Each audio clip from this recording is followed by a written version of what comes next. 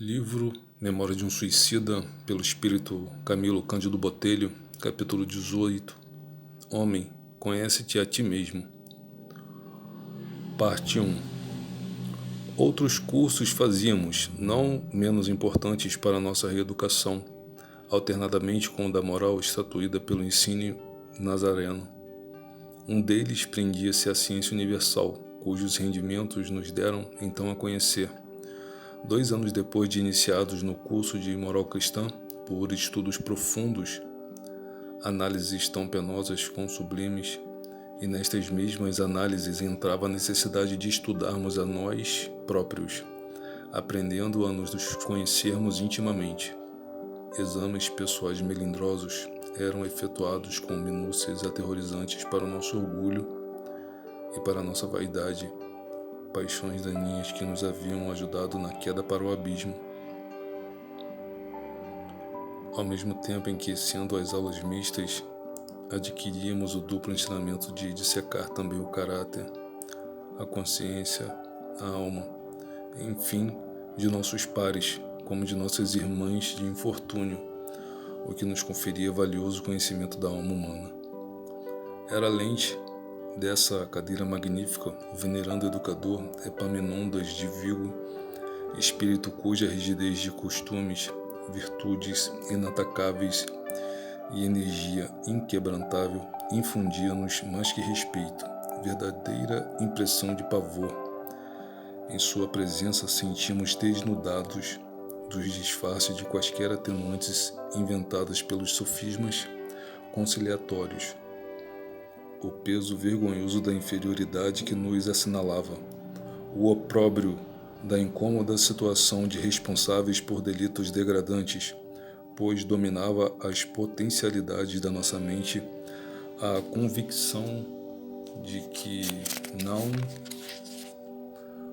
passávamos de rebeldes cuja insensatez obrigava obreiros abnegados do mundo espiritual a sacrifícios permanentes a fim de conseguirem elevar-nos das trevas em que nos precipitáramos.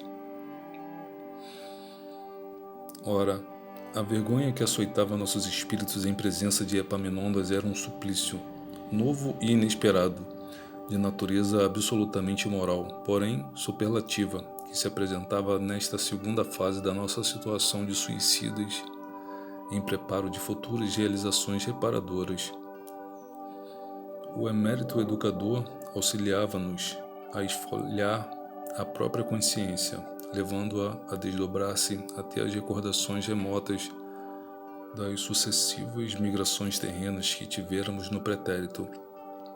Quando prescrutava nossa alma, devassando-a com um olhar cintilante de forças psíquicas, quais baterias de irresistíveis energias, profundos abalos sacudiam os refolhos do nosso ser, ao passo que desejosos, aflitivos de fuga precipitada que nos acobertasse de sua presença, como da nossa própria, alucinavam nossos sentidos.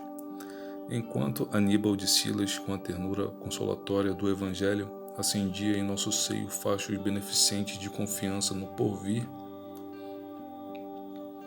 clareando o âmbito de nossas vidas com as alvissareiras possibilidades de redenção, Epaminondas arrancava lágrimas de nossos corações e renovava angústias ao obrigar-nos a estudos no imenso livro da alma, arrastando-nos a estados de sofrimentos cuja intensidade e aterradora complexidade, absolutamente inconcebível à mente humana, fazia-nos atingir os limites da loucura. Por essa razão o temíamos, e era dominados por um sentimento forte de pavor, a par de angústias irreprimíveis que subíamos diariamente as escadarias da academia para com ele aprendermos os primórdios da terrível disciplina exigida igualmente de antigos iniciados das escolas de filosofia e ciências do Egito e da Índia.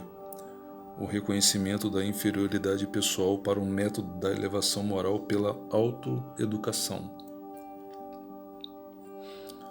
No entanto, tais aulas eram tão necessárias ao nosso desenvolvimento psíquico quanto o eram as de Aníbal, eram mesmo o seu prosseguimento, como passaremos a expor mais adiante. Havia, porém, o terceiro curso, o qual se resumia no ensaio da aplicação na vida prática dos valores adquiridos durante os estudos e observações dos cursos anteriormente mencionados, em vez, porém, de nos instruírem para uma prática profissional, como se diria em linguagem terrena. Esse terceiro aprendizado, orientado para a prática da observância das leis da providência, que havia séculos infringíamos, tinha por mentor o Lente Souriomar e desenvolvia-se geralmente fora do santuário, isto é, do recinto da escola, de preferência na crosta da terra e nos domínios inferiores do nosso instituto. Aos domingos repousávamos, ainda mais não éramos que indivíduos cujas faculdades espirituais pouco desenvolvidas e ainda mais abaladas pelo traumatismo vibratorial provocado pelo suicídio, não permitiam labores continuados, como víamos exercerem nossos devotados instrutores, que jamais se achavam ociosos. Descansávamos, portanto, divertíamos-nos mesmo, tomando parte em reuniões fraternas efetuadas pelos vigilantes ou visitando em caravanas amistosas outros departamentos da colônia, inferiores ao nosso, assim revendo velhos amigos e antigos mestres como Teócrito, e dessa forma prestando solidariedade e conforto a irmãos mais desditosos do que nós, que se encontrassem por sua vez naquelas dependências desconhecidas. Nem assim, como vemos, deixávamos totalmente de exercer atividades. Aprendíamos ainda, progredíamos em conhecimentos, obtendo nas citadas reuniões noções de arte clássica transcendental, de que eram dignos expoentes não apenas nossos mestres, como outros que caridosamente nos visitavam e até nossas vigilantes que ensaiavam com eles nova modalidade de servir a Deus e a criação, isto é, utilizando-se do belo empregando a beleza, pois convém acentuar que nossos mestres, sendo cientistas, também se revelavam estetas, enamorados de suprema beleza que se origina do sempiterno artista. Vejamos, não obstante, em que consistiam as tão importantes quanto apavorantes aulas do eminente preceptor Epaminondas de Vigo, o qual, como sabemos, fora mestre de iniciação em antigas escolas de doutrina secreta na Índia como no Egito. Em um dos encantadores palácios da Avenida Acadêmica, instalava-se a Escola de Ciências da Universidade do Burgo da Esperança. Majestoso e severo em suas linhas arquitetônicas, ao lhe penetrarmos os umbrais, acometia-nos a impressão de que ali se venerava Deus com todas as forças da razão, da lógica e do conhecimento. Sopros de indefiníveis convicções abalavam nossas potências anímicas,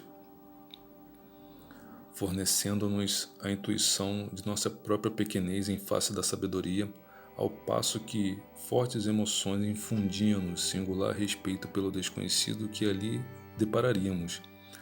Levando-nos às raias do terror, lembrávamos então de Aníbal. Sua recordação arrastava para nossas lembranças a imagem dulcíssima do mestre de Nazaré, a quem em toda a colônia denominavam o mestre dos mestres, o magnífico reitor da espiritualidade. Sentíamos-nos então encorajados, certos de que estávamos sob sua dependência, efetivamente abrigados em seu redil, por ele amados e por ele mesmo protegidos. Exatamente idêntico ao recinto do santuário onde se ministrava a ciência do Evangelho, o novo sacrário apresentava a diferença de ostentar o célebre preceito grego ornamentando em fulgurações adamantinas o cimo da tela indispensável em todas as aulas para a captação das vibrações do pensamento. Homem, conhece-te a ti mesmo, antecedendo a uma não menos célebre sentença cristã, cuja profundidade e excelsitude ainda resolverá o mundo terrestre e suas sociedades, espécie de autorização do Verbo Divino para os trabalhos que se desenvolveriam sob a invocação de suas leis. Ninguém entrará no reino de Deus se não nascer de novo. Torna-se evidente que os educadores, porque nos vimos dirigidos, subordinavam seus métodos às normas estatuídas por Jesus de Nazaré, ao qual inequivocadamente demonstravam venerar como orientador e chefe do movimento impetrado não apenas em nosso favor, como da humanidade toda. Que se tratava de iniciado cristãos de alta classe moral não tínhamos, pois, nenhuma dúvida.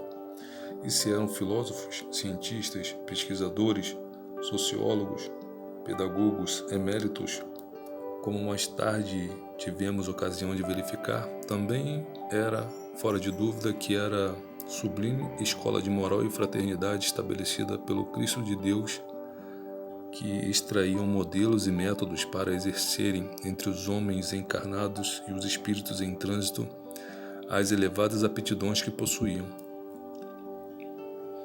Intrigados com tudo quanto nos era dado observar, acometíamos-nos por vezes vertigens ao raciocinarmos sobre a realidade da vida que em além-túmulo deparávamos quando julgáramos nada mais existir depois que o último bocado de argila ocultasse nosso corpo inerte das vistas humanas.